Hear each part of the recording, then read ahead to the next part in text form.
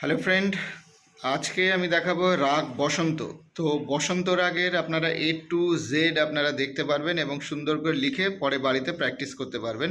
তো এখানে আমি যেমন দেখাচ্ছি আমাদের রাগ বসন্তর আরোহণ দেখাচ্ছি, অবরোহ দেখাচ্ছি, তান দেখাচ্ছি, ত্রিতাল দেখাচ্ছি। বিলম্বিতগুলো এই মুহূর্তে দেখাবো না, পরে আপনাদের রিকোয়েস্ট পেলে তখন আবার দেখাবো।